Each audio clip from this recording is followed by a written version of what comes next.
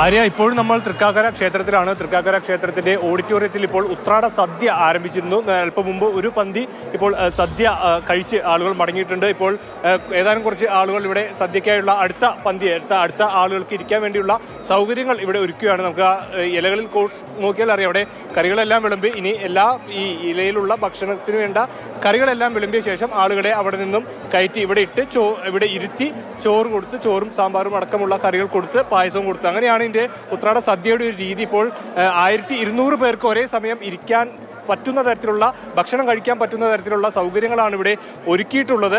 നേരത്തെ ഒരു പന്തി ഇപ്പോൾ കഴിഞ്ഞു പോയി. ബാക്കി ഇപ്പോൾ ഏതാനും കുറച്ച് പേർ ഇവിടെ കഴിക്കാനിരിക്കുന്ന ദൃശ്യങ്ങളുണ്ട്. ഇനിയിപ്പോൾ ആളുകളെ ഇരുത്തിയ ശേഷം ഇവിടെ ഭക്ഷണം നൽകുമ്പോൾ ഒരു മുതിർന്ന ഇവിടെ പാചകത്തിനൊക്കെ വിളമ്പാൻ വരുന്നൊരു ചേട്ടനാണ്. ചേട്ടാ, ഞങ്ങൾ 40 കൊല്ലം മുമ്പ് മുതൽ വരുന്നവരാ.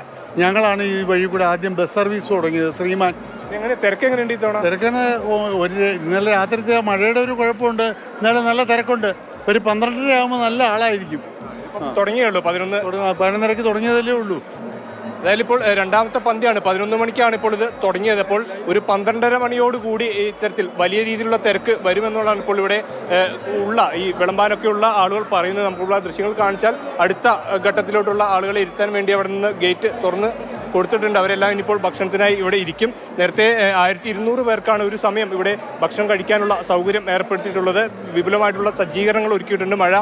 മഴയുള്ള ഭീഷണി ഉള്ളതിനാൽ തന്നെ അത് മഴ ബാധിക്കാതിരിക്കാനായുള്ള ഓഡിറ്റോറിയത്തിന് പുറത്ത് സജ്ജീകരിച്ച പ്രത്യേക സീറ്റുകളിലാണ് ഇപ്പോൾ ഒരു ഭക്ഷണം വിളമ്പുന്നത്. ഏതായാലും ആളുകൾ നിന്നുള്ള ഓണക്കാഴ്ചകൾ, ഓണസദ്യയിലേക്ക് ഇപ്പോൾ സമയം 11:45 ആയിട്ടേ ഉള്ളൂ. പക്ഷേ ആദ്യത്തെ പന്തി ഓണസദ്യ കഴിഞ്ഞിരിക്കുന്നു. അപ്പം